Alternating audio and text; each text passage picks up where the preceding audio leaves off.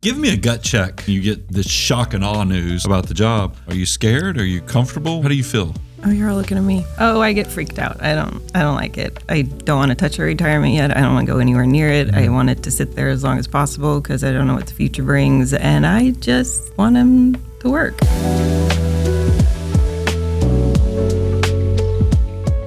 I've done software development for 29 years now, awesome. I think. She started out just being a stay-at-home mom for most of the time. Well, I started out as a florist. Oh, that's right. Florist, okay, awesome. Florist to stay-at-home mom, and then now I work with the city in the gas department. Does that stress out Valentine's Day that you actually had a background in that, Hate or is Valentine's Day, hate Mother's Day, and not really thrilled about Christmas and Thanksgiving. Just because of all the work. Yeah. Same reason I don't eat Hardee's anymore. A lot of bows. lot of bows. Your hands get really torn up with rose thorns, things like that. Okay. Oh, man, I told him never buy me flowers, buy me chocolate. I tell my wife the same thing. Never buy me flowers. Just bring me chocolate. That's what I tell her. Also, you guys were so kind. You kind of shared with us a net worth statement of where you guys are presently. I think to kind of level set, we ought to look at where you guys are right now because you have done a fantastic job of building wealth, of building up towards your great, big, beautiful tomorrow. And you can see right now, as you guys sit here, you have a total net worth of about $2.5 million. First of all, that's wild, right? Like, isn't that incredible? You can see that you have about $100,000 in cash. You have about 1.7 in investment assets and another $630,000 in rental properties, which is amazing. So we should just pause for a moment and say, you guys have done a fantastic job. And so I think one of the questions that the audience probably has is, how'd you get here? What's your story? How did you end up where you are today? By the way, Heather's reaction, do y'all go over a net worth statement every year? Or, did you just figure this out for the first time? Does this shock you to see? Is this a shock and awe moment? I knew it was upwards, but not... No, I did not know it was that.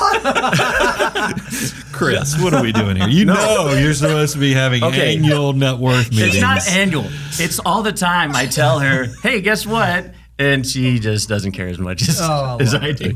How are we doing on a monthly basis? Good? Okay, great. That's it. Just check in. We're doing great. So how'd you guys get here? What's the story? Give us the background. How did you get to this spot at 51 years old? There's been a lot of highs and lows. Yeah.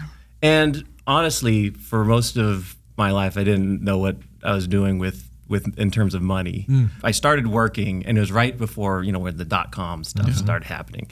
And, it was pretty easy to get good money back then. Right away, I made some pretty good money. I bought a house fairly early. But as far as like what to invest in and how much to save, I was just guessing. So right out of my first job, I got a 401k. I'm like, how much should I put in? I'm like, it says I could put in this much. I'll just put in that, whatever the maximum was. Yeah. Oh, wow. And so that's a good decision. Yeah, and so I was living off not very much money, but I thought that's just what everyone did because it seemed like the smart thing to do. And so that ended up being a lot of what our retirement, but it seems like just by luck, I don't know. You didn't really plan anything. You just say, hey, I can save this much. I'm going to start saving. And without a whole lot of strategy, just starting early and saving worked out pretty well, yes. right? Yeah. But it was easy for me because I was just living by myself and I could live on, $20 a week of food and stuff like that. We got married, then she's like, yeah, we're not. Things changed a little bit. Things changed a little bit. Yeah. Investing, it was difficult to know what to do. And so there was a lot of just luck as far as, I got into the real estate at the right time, but then my dad would help me with investing. And I just kind of let him, you're the finance guy, you just take control of it. And it turns out he didn't really know what he was doing very much. So I don't know how, I couldn't tell you how much my money grew and how much I put in or anything back then because I didn't. You were just saving. You weren't focusing on a whole lot other than I know I'm saving for the future. I'm just kind of let the money do what the money does. Yeah, exactly. What I want people to hear is you didn't have to know exactly what you were doing. And you didn't have to get every single decision right, but you got one decision right. And that one decision was, hey, we're going to start saving pretty early and we're just going to let that money work. Am I accurately encapsulating what the story was? And even in the the leaner times, like the messy middle times, we were still saving, I would say around 10% or so, maybe 13%. Sure. And so we were always putting something away. A lot of people go see us and say, but yeah, he said he was maxing it out. But I could tell by the tone, were there some mistakes? Or I think it's always good to share, because I know I made look, I wrote a book, and half of the book is all the mistakes I made and how not to make those for yourself. Were there any mistakes at the beginning also, Chris? Yeah, we took a big hit right around the time of the 2008 Great recession. Yeah, Great Recession. And I had loaned my dad a big sum of money, is over $100,000, and he lost it all. And so we basically had a rental property. We took out a mortgage to give him money with it, and now had this big payment, and he wasn't paying it back, and so it was pretty lean at that time. Yeah. Heather, because I know families are tough. Your parents especially, they give you life, so that puts you in a certain status.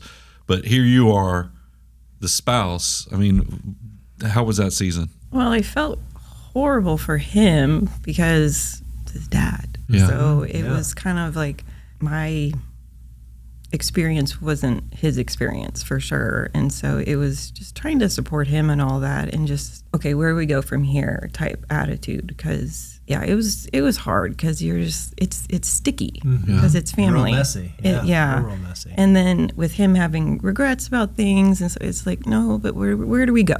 What steps should we take? And I knew he's a very logical person, so he looks at data, and so I kind of just followed so it was like, okay, what's our food budget? What can we afford? What can we, what steps do we take? What can we stay in our house? Can we, and so he was really good about just guiding us along there. So I just kind of leaned on him too with that, because he could talk at me all he wanted, I suppose, but it was just like, I knew he had a better picture of our finances than I did at that time. Well, not really, because that's actually when we started. Yeah. We started actually figuring out our budget. Is that what caused you to start thinking about finance? You said earlier on you didn't think about it. At the time. Is that the thing, the catalyst that made you start focusing on it and taking it seriously? Well, when we first got married, I wanted to do a budget, and so I developed my own budgeting software, and it was that's what I did when I wanted to do a budget. I just went and built my own software. It was horrible. It was so hard to use, and that I ended up not using it. And that was kind of the end of the budget. It was like, this is so difficult to get anything done. Yeah. And then when this happened, I had thought that we had been living, pretty responsibly. Right. And it just, when I started going through the numbers, I'm like, man, there's a lot of inefficiency and waste and things like that we can figure out. And so we just went through all of the expenses and just started like, we can cut this, we can cut that. This is wasteful. And we got to this bare bones budget, and we're like, all right, if we do this, we'll be okay. Like we can get out of this hole. It'll be difficult, but it'll be fine. You had to make some tough decisions, but you did, and were able to crawl out of it. Yeah. What I think is amazing is that even with that hardship, and that hits you to the core, because it's family, it's your blood, but yet here we are. We're about to have a discussion on your multi-million-dollar net worth with zero debt. I mean, isn't that amazing? And I think that is so good for anyone to hear, is that this journey doesn't have to be perfect. That's right. You can make lots of mistakes and still come out on the other side, because the thing that you said was luck. At the beginning, you weren't giving yourself enough credit. And I keep hearing this theme. You're very disciplined. And discipline is that first ingredient to wealth creation. And just the wake up and utilizing that is pretty amazing. So as you guys sit here today, you mentioned it, you don't have any debt on the book. So obviously that $100,000 home equity line that was taken out and then lost got paid back. And now you actually have rental properties that you own. As you guys sit here today and you're trying to think about your path forward in the future, what are the things you're looking for help with? What was the thing that made you come on Making a Millionaire? Say, hey, I want to know if I can answer this question, or what would the guy say about this? What are those things for you guys? Well, I've been doing software for a long while, and recently I started coaching competitive robotics. And it's been pretty cool. It's been a lot of fun. You just have these throwaway statements. When I started budgeting, I built my own software. Oh, by the way, I coach competitive robotics. It's just a thing that I do. And just so that's unbelievable. Chris is the most interesting. Cooler than anything on my resume. That's awesome. I just and I've always coached things like youth sports, coached all our kids' youth sports and everything, and I've just really enjoyed it. But especially with this robotics thing, it's been amazing, and I can see how much kids learn and get out of it. And I would like to be able to do something along those lines at some point for kind of a second career. Okay. And trying to figure out when could I do that? Is a safe assumption based on the way you frame that if you were going to go do that, it's likely going to create less income than your current career? Is that the idea around making that shift? Yes, it would be. Well, that's one thing with competitive robotics is really expensive to get into. And I would like to be able to find ways where I could help kids who, they don't have as much resources to be able to get into it. Even just to start getting into it, if you have know anything about it, it's just expensive to get into. I love it. All right, so how can we make maybe a career shift to maybe not focus on the things you have to do, but do something that you enjoy more, like competitive robotics? What else? What are some other goals, financial goals that you guys have, or things that you're looking to lean in on? We have 3 kids. One of them's out of college, one of them's in college, one of them's in high school. And so there's college to pay for. And we kind of have a pretty good idea for that. But we just, we want to make sure that's taken care of. Love it. And then also just as the kids get older, things are getting expensive like housing and stuff, being able to help give them a little bit of a jump start perhaps. So help kids out with like future needs like housing and that kind of stuff.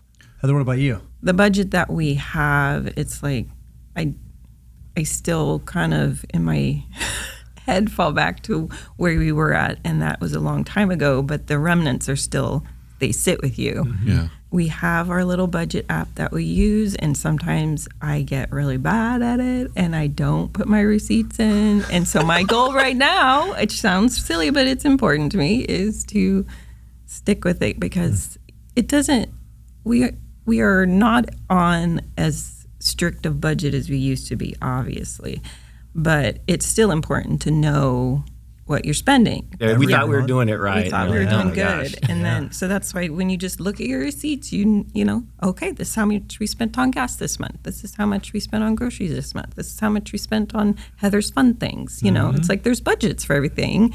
So it's not like you don't get to do things. It's just knowing that where it's going. Yeah. I love it. Yeah, Having a purpose and a reason behind your dollars. Yeah. I do want to share, though, I think that without a doubt, I love budgeting, especially starting out. But it's also, I'm okay that as your life progresses and as your net worth grows, you can add some slack in the system, Which so that we it's definitely have. Yeah. which is good. So I think I want to give you permission that that's okay.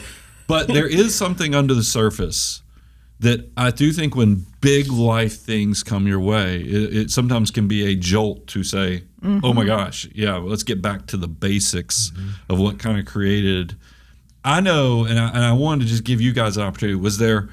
Is there anything that's made you specifically, Heather, where you said y'all need to start tracking this more? You feel like recommitted. Is there anything else going on? I guess in the past we had money set aside for a new car, and all of a sudden Chris was like, we've been spending, the money isn't there anymore. We had to resave for that. So it was earmarked, but then those earmarked funds kind of got because we needed to pay yeah. bills. And so that was like, wait, we can't do the new car now? You know, it was like, sort of eye-opening. Oh, wow. And so that, there's just like the ripples of life that just kind of stick with you. And so it's like, we aren't as, I don't want to say strict, but we're not as... Well, like if we go over budget on something, we're just like, oh, that budget needs to pop up. So that it's not, needs to go, it's more tracking. It's more tracking than maybe I should budgeting. say it that way. It's like, it's important to just keep track over our...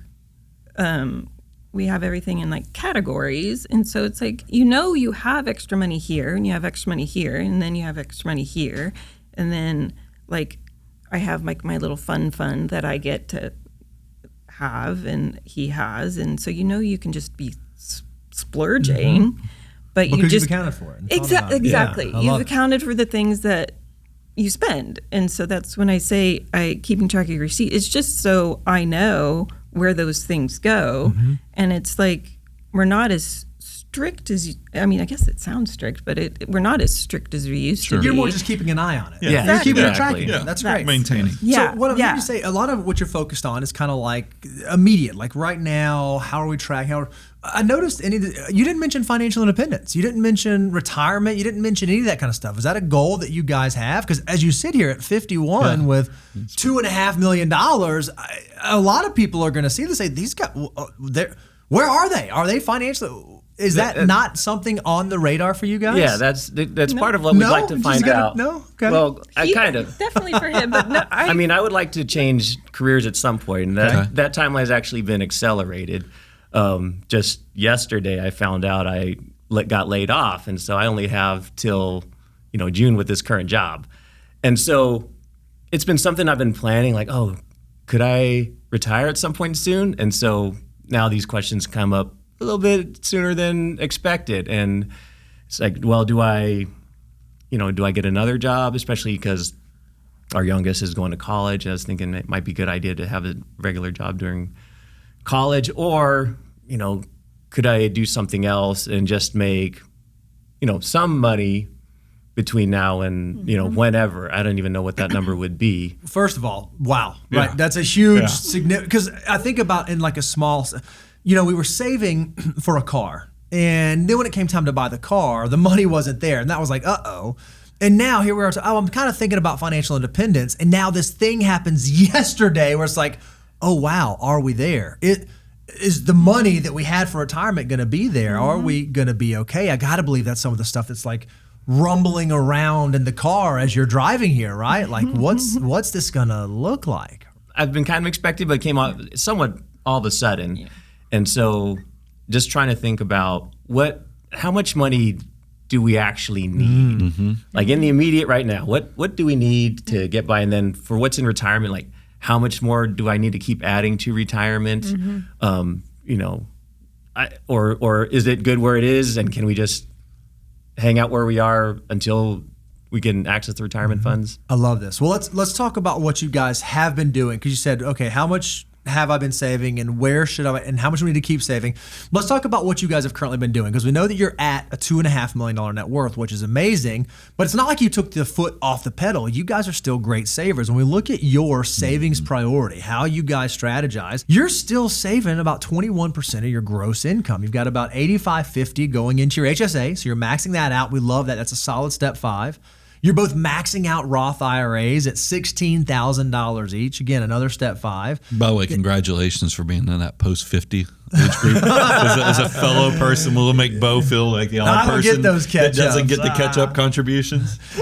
And then you're also putting money in your 401k. So it's 18% of salary, Chris, 22.5. So you guys have been saving about $47,000 It's a actually year. a little bit more than that. A little bit more than that. Yeah. Okay. So you're Taking advantage of a little bit more of that catch-up too, We right? actually maxed. We did the full max. awesome. This past year. Yeah. Wonderful. Awesome. So you guys have been fantastic savers. So you've done some things well. You started saving early. Maybe you had some hiccups along the way. Then you started paying attention to it, started tracking it, started seeing where your money, and then you figured out, how can we improve our savings? How can we continue to make sure we're putting money aside for the future? Because who knows when on that random Thursday a phone call is going to come in that says, hey, circumstances are changing. One of the things that we love to be able to do is get to sit in this seat and tell people, okay, well, let's look at where you are today. Let's look at what you've done so far. Let's really analyze and assess. Are you at the financial independence point? Or if you're not at the financial independence point, what steps are required, or what would you have to do to be able to get there? Right. Does that sound like something that would be interesting and helpful for you guys to walk through? Yeah. Awesome. Definitely. Wonderful. Give me a gut check. Are y'all, because when I see $2.5 million, I feel pretty good about that, but then you get this shock and awe news about the job. Are y'all, what's your baseline right now? Are you scared? Are you comfortable? How do you feel before we get into actually showing you some numbers? Oh, you're all looking at me.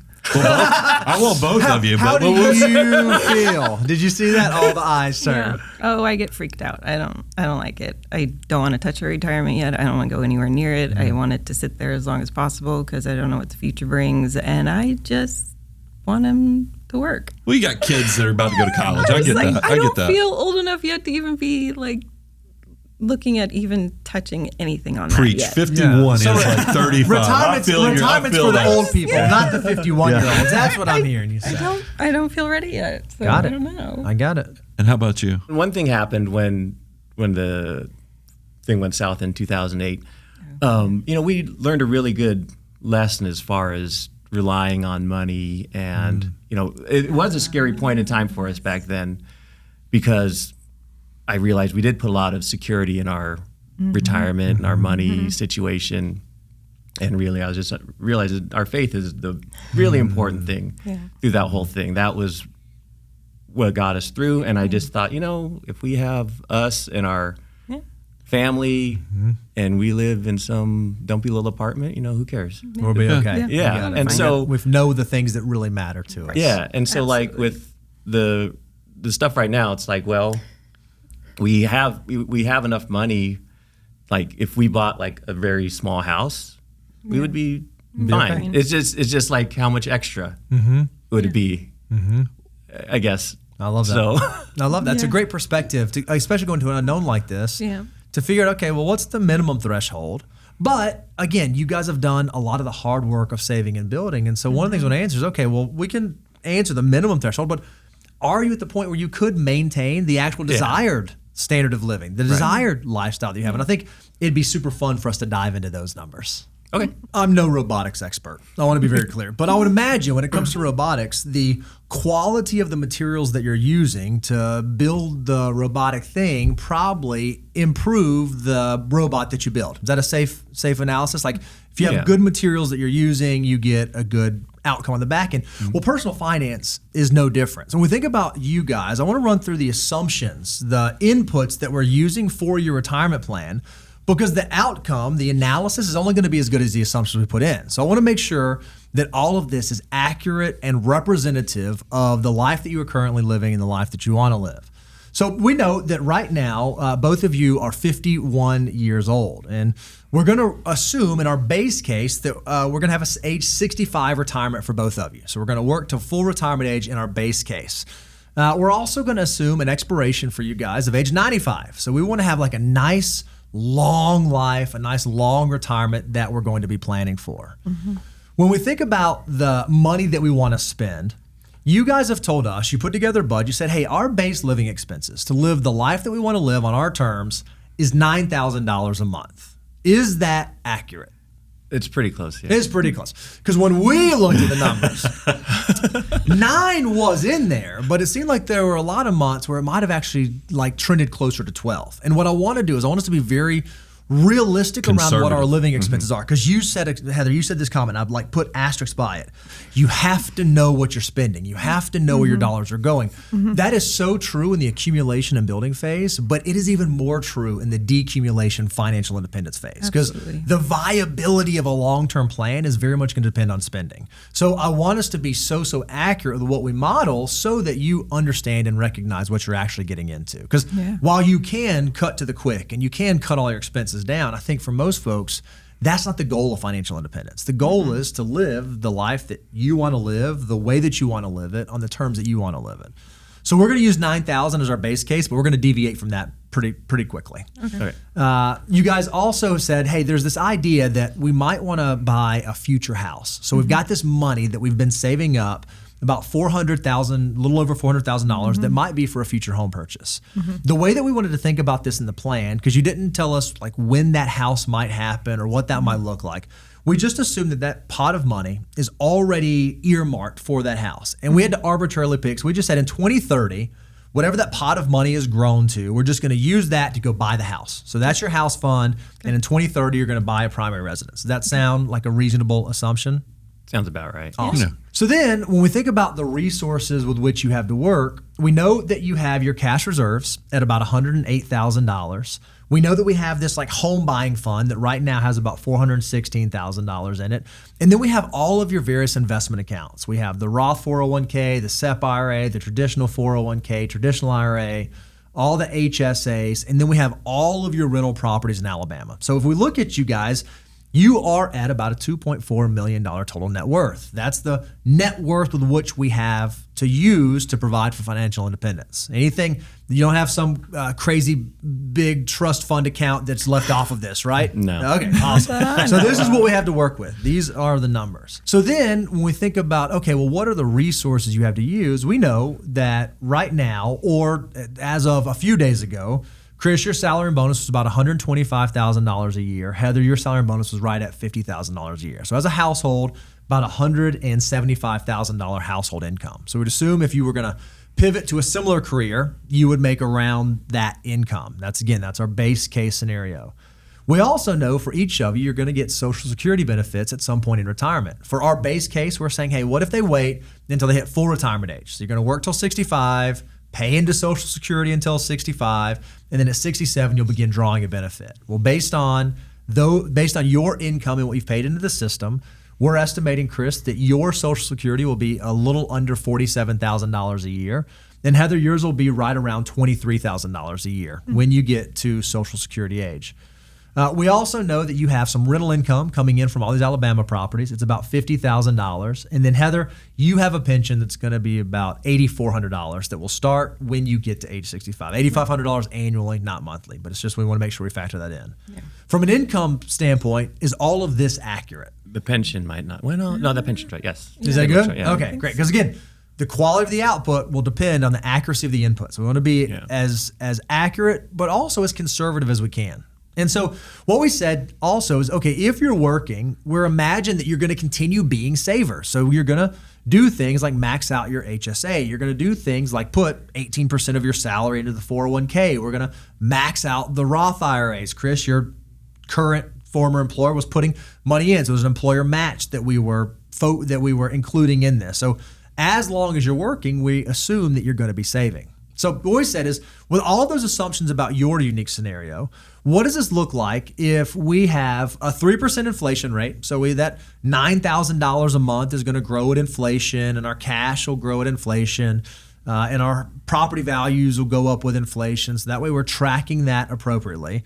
And then what's it look like if just on a straight line basis, the money that we're investing can grow at 7.4% annually straight line? And the way we came up with that is that's just a 60-40 portfolio, average historical return on a 60-40 with appropriate standard deviations. All right, so 3% inflation, 7.4% long-term rate of return. Make sense? Yep. All right, so let me show you what the plan actually looks like. This is where it gets exciting. What you can see is each one of these bars is an individual year of your retirement. So you can see that every year, the bar kind of goes up. We get almost to 2030, and you can see that your consumable portfolio will have grown to about $2.4 million. We then go buy that house that we've been saving for. You guys continue working all the way out until age 65, and then at 65 when you retire, in today's dollars, because we've brought all this back into present value terms, in today's dollars, you would retire at 65 with about $3.5 million. Your portfolio would start providing for your living expense need. And what you notice is the portfolio continues to go all the way up until you guys leave this earth at age 95, and you leave behind about $8.3 million in today's dollars for Seems the kids. crazy. Right. So $8.3 million, think that'd be okay? Is that like an okay inheritance? Think that would work, right? Now, I do want to deviate one iota here, because I don't think that 9,000 is the spending number we ought to be using. Because again, when we look at your budget, it looks like 12,000 was probably closer to the actual spend to maintain the standard of living that you guys want to maintain. Does that feel right? Does that feel? Because with 9,000 we have like a little wiggle room, but with 12,000, that's when we can afford to upgrade vehicles or go on vacations. Got all or the things one-off like that. stuff. Yeah, live the life that you ultimately want to live. Yeah. So watch what happens when I change this to 12,000. As you would expect, there's a meaningful impact to the plan. Right now, instead of you leaving this earth with $8.3 million, you leave this earth with $5.4 million. So that additional spending did cut out about $3 million out of the plan, but it's still pretty solid, right? So, but we do know that the market does not give us 7.4% rates of return every year. So one of the things that we have to do is we have to run this through a Monte Carlo simulation. And what this does is it runs 1,000 different iterations of 1,000 different possible market outcomes. Some of them really, really positive and some of them really, really negative. And the way the system works is it says, of those 1,000 iterations, how many got us all the way to age 95 without us running out of money, without us having to change our behavior, without us having to cut back? And what you can see is if you were to work the way you're working right now all the way till age 65 and then retire, you have a 98% probability of success of not having to change your behavior. That means that 980 of the 1,000 scenarios got all the way into the plan with no behavioral change. That's lovely. Sounds pretty good, right? Sounds pretty comfortable. But that's if you work till 65. Yeah, that's not going to happen. That's not going to happen. Like, hey, Chris is like, this is cool. I was letting Bo set it up, but we all know life has happened and there's all kind of other things. So we need to plan for other contingencies. So then the question becomes, we've had this thing happen now where employment has changed and we're unsure exactly what future employment may look like. And so whenever we plan, we think about what's the worst case scenario. Mm-hmm. And worst case scenario would be, this is it. You are done. Today starts your retirement.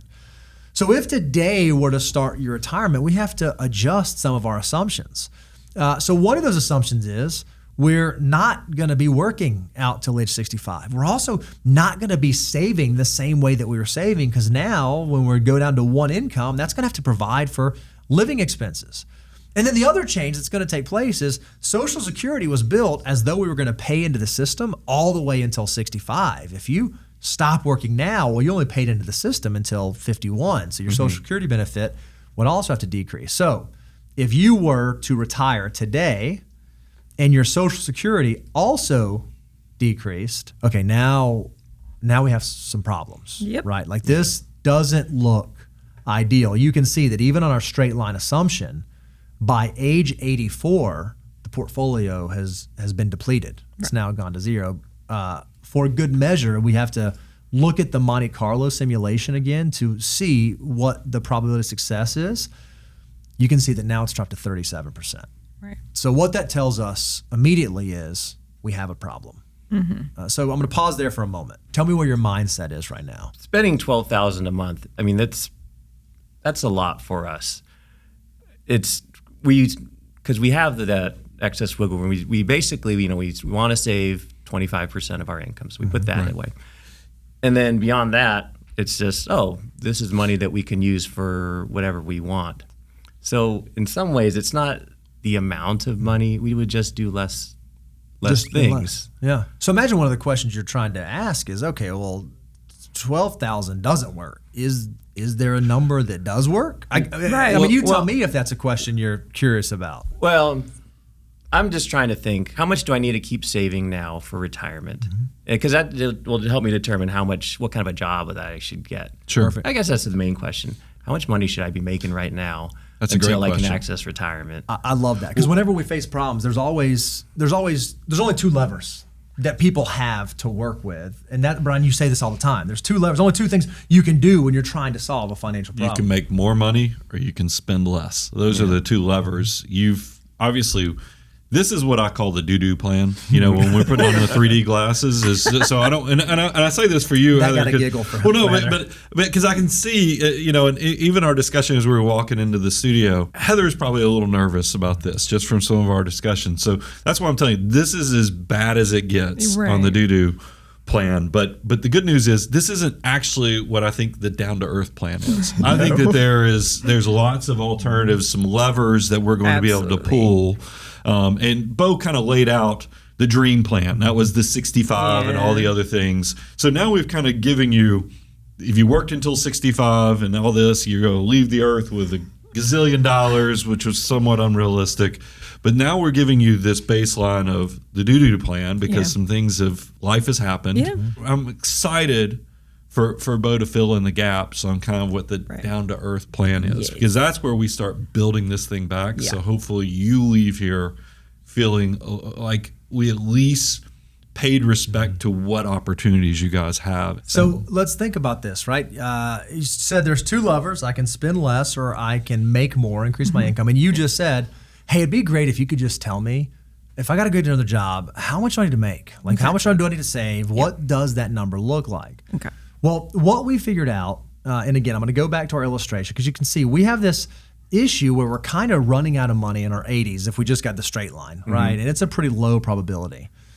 We were actually able to go backdoor into the math and say, okay, if Chris were to be able to generate some sort of income, and that income could provide for their living expenses, might you guys be in what's known as coast-fi? I've done enough saving up to this point that if I can just create enough income to cover my living expenses, I don't really have to save a whole lot more. I can just let my money continue to grow. And if I let my money continue to grow for a certain amount of time, it will grow to the point to where then it can provide for me. And so we said, okay, what would their coast-fi number be? If we're going to assume that Heather keeps working, how much would Chris have to go out and make so they don't really have to save anymore, but they could just live off of their incomes and provide for their living needs?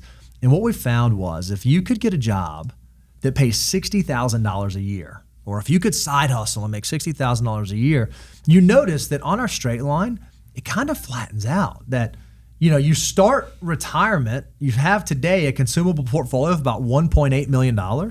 You live this life that we've laid out at a $12,000 a month burn rate. And you can see when you leave this earth, you leave behind about $1.8 million. It's kind of like you've lived off of the interest. So if we take this and we run it back through our Monte Carlo simulation, just assuming that you can bridge that gap, earning $60,000 from today until 65, well, now all of a sudden you're at an 81% probability of success. Just so you know, when we are doing assessments for clients, we say, hey, if we can get you above 80%, we feel really, really comfortable. Because what this is saying, it's not saying that in those 19% of scenarios, people ended up homeless on the side of the road. That's not what it's saying. In 19% of the scenarios, you might have had to tighten the belt a little bit. You might have had to... Which you're going to do naturally. Instead of staying at 12,000, you might have had to go to 10,000. You might have had to... In the Great Recession, maybe you didn't buy the new car. You didn't go on the expensive trip. You just tighten the belt, which we all do when those sort of things happen. And there's also the go-go years, the slow go, and the no-go years. It kind of, so you don't have to hit 100%. That's right. You don't have to hit 98%. I think I would feel good at 81%. Okay. So that actually changes things. Now, we still have more levers to pull, but before we do, give us feedback on these numbers. Yeah, well, 60,000, that's not a big deal. I could make that. You can make that. So that seems like a pretty attainable goal based on your skill set. Yeah. So in this scenario, how for him doing the 60, that would be until 65? That's what we modeled right here. Okay. Him earning $60,000 until 65 and then fully retiring. And then both of you fully retire. Okay. Well, hopefully I'll be doing, if I'm earning that much money, it's doing something that I imagine I'd be doing that past 65 Exactly. also. Sure. Yeah. This may not be retirement. This may be next endeavor. It may be the next thing. That's what I'm looking for. I also heard you share earlier your heart of an educator is you do this. You just threw it out there on the down low about advanced robotics and stuff like that. And then you've even shared with us that you do some. You've done some teaching to like a cohort of homeschooled kids and other things. Is this something that, could that generate $60,000 or is it going to take something plus that? It could generate, I don't know if I could generate. See, the part of robotics is really expensive and I would like to be able to help people who don't have as much money to be able to participate. So I don't want to necessarily make a lot of money, but I can program and I can do stuff, contract work, and I don't have to work full time, and I could still make pretty good money doing that. Okay. Love that. Okay. So one of the things I think we ought to look at is what if you don't earn any more income? What if you actually have to figure out, okay, what is our real spend number? So what I want to do is I want to take away you working. Let's go back to the doo-doo plan where you are not in a good spot, where the portfolio does not have a high probability of success. And we said, okay, well, what's the spend number? How much could we actually spend starting right now every month for the rest of our lives and still have a high probability of success? And we were pretty excited to see that if you could drop your spending from $12,000 a month to $10,500 a month, the plan actually works. Again, you can see that you go from $8.3 million on the dream plan to now you're still leaving behind when you leave this earth about $1.5 million for the kids. So you have some cushion built in. When we take this and we run it back through the Monte Carlo simulation, looking at those 1,000 different scenarios, 1,000 different iterations, you can see that we're right there close to that 80%, right? Like we are right there within a stone's throw. So if you guys could say, okay, well, yeah, 9,000 was pretty lean and 12,000 is doing all the things we want to do, maybe 10,500 is that happy medium. Maybe that's somewhere that you could land and say, okay, well, I don't have to go work anymore. I don't have to generate income. But if we can spend at that level, it opens some doors, opens some opportunities. A lot of our spending right now, again, comes from robotics. Robotics is just really expensive. We have one more season of it, and then that kind of goes away. So that spending goes down. We don't spend a lot. We don't really like. For vacations, I like to read books. It's not. Have you read any really good ones in the last year? Is there like a book that you're like, this book in the last year was just so good? Brian, you got the thing. That's awesome. That's great. And what I hope you're recognizing is we're laying out individual scenarios. The real answer for you guys probably isn't one of these distinct scenarios. It's probably some combination therein. Absolutely. You may go make some income, and you may make $30,000 a year, and you may not spend $10,500. You may spend $11,000, but the combination of those shows you where the guardrails are. Because all we want you to, because you've had this incredibly uncertain thing happen in the last 24 hours. And what we want you to know is where the guardrails are. Okay, based on what we've done so far, what are the pieces and parts we need to know so that we can continue on the path that we're on and pull and adjust the appropriate levers. That's the peace of mind we want you guys to walk out of here with. Absolutely. I want to make sure I'm giving you guys enough space to kind of process and then even share what seeing these actual numbers does, not only to know it mathematically, but even as the relationships side of things. Oh, it's definitely peace of mind knowing the route isn't all uphill. You have options. Yes. You have options. Yes. Yeah. And that's good options. That's a testament. Yeah, not hard options either. It's this isn't like, oh my God, we got a bowl of bag of potatoes and that's what we're going to be eating for the next week. You guys rock and roll for all the sacrifice early on. Yeah. You got good options. Yeah. And I look at the numbers a lot, and it is nice knowing that it's not just me that, because I can see, look at the numbers like, I think we're okay, but I don't do this for a living. So it's kind of good confirmation. I don't imagine if I were to ask you a week ago, hey, Chris, do you think in the next week you're going to get a call that's going to rock your world? You wouldn't have said that, but because you guys did the thing early on, because you saved 25% of your gross, because you practiced deferred gratification, because you thought about the future, you are in a position right now that when life threw an unknown at you, it threw a grenade. It didn't derail you. It didn't throw you off. And you guys are far enough in the journey that you get to choose what your next pivot looks like. Are we going to just track better and figure out what our spend is? Am I going to go find another job making the same income and do that for a few more years? Or am I going to go find a job and a hobby and a passion that I love and do that forever? You guys kind of get to be in the driver's seat defining what the next phase of your life looks like. I want to give y'all credit. We talk about different phases of wealth building. And I think for a lot of people, and this is why it's so important when you're young, you have to kind of have make the wealth phase. Whereas I feel like sometimes young people, when they start making good money, you admitted, Chris, early on in the 90s, it was easy to go make good money. Yeah. I think a lot of people just assume forever they'll be in this type of scenario. So if you disrespect the make wealth phase, where you actually use the ingredient of discipline, then when you get to post 45, where you kind of need to be in the maintain wealth phase, you're kind of struggling to or scrambling to play catch up because you did all the make wealth phases. You're maintained, even with a grenade thrown in the middle of this. I felt so happy because the good news is Bo and I had already run through some of this thinking we were going to talk about a normal retirement. and then that's when Megan came and gave us the news. I already had this peace of mind for you guys because we were like, oh my gosh, the timing couldn't be better for y'all to come on the show. Because I think now y'all's journey back home is going to be, y'all good to have discussions. And I know Bo's about to share your homework with you. But I think a big part, y'all's homework is different than a lot of our guests, is because a lot of our guests was like a checklist of this, and this. You guys, it's more of the journey now of all of the sacrifice and discipline of the good years is now bearing fruit that you get to kind of think about what is life? What's the life we want to live from this day forward? And that's kind of exciting. All right, you guys ready for the homework? Sure. All right, here's the homework. First thing I have for you. You said this was one of your goals. I want to track better. One of the things I want to do is track better. Well, this is a wonderful time to start doing that. Yeah. So as you go home, figure out what's your system going to be for tracking better. Are we $9,000 spenders? Are we $12,000 spenders? Are we $10,500 spenders? Are we somewhere in between? So one of the homeworks for you, figure out what system you guys are going to implement together so that you have confidence around the tracking that you're doing. The next thing you got to do is figure out, based on the 3Ds that we laid out, based on the do-do, based on the dream, and then based on the down-to-earth, which option are you going to pursue? We have a favorite, and I don't want to lay this on you, but I'll tell you our favorite.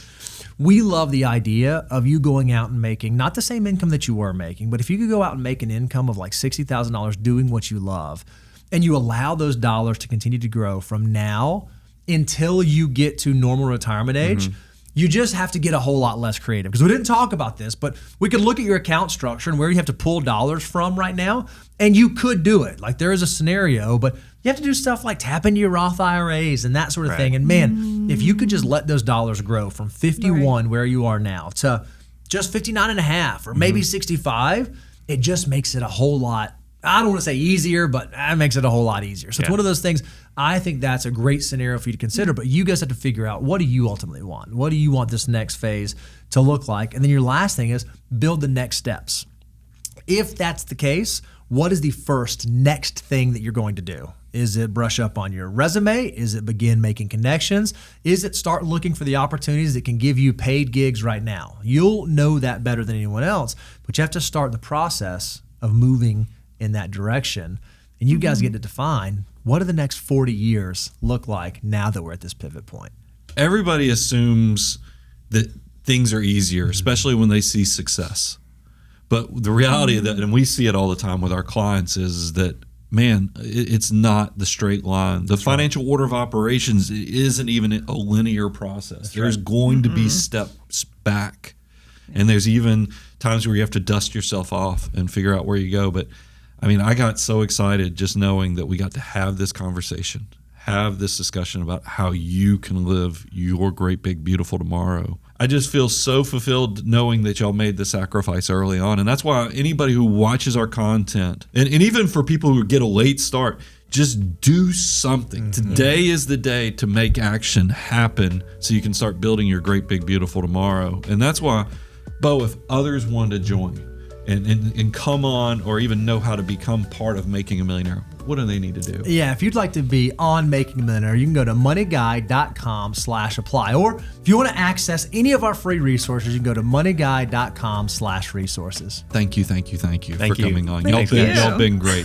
I'm your host, Brian Preston, Mr. Bo Hansen, Money Guy team, out. Making a Millionaire is hosted by Brian Preston and Bo Hansen. Brian and Bo are partners at Abound Wealth Management. Abound Wealth Management is a registered investment advisory firm regulated by the Securities and Exchange Commission in accordance and compliance with the securities laws and regulations. Abound Wealth Management does not render or offer to render personalized investment or tax advice through Making a Millionaire. The information provided is for informational purposes only, may not be suitable for all investors, and does not constitute financial, tax, investment, or legal advice. All investments involve a degree of risk, including the risk of loss. The guests featured on Making a Millionaire are not clients of Abound Wealth Management at the time of recording. Their participation should not be considered a testimonial or endorsement of Abound Wealth Management.